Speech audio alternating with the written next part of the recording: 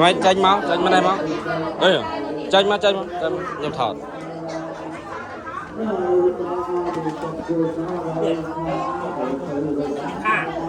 Đây mới có đàn này bị mốc nó ngay, cái nào cái top man, dương châu có tay, có đàn này mốc nó dương khơi nhỉ mọi người.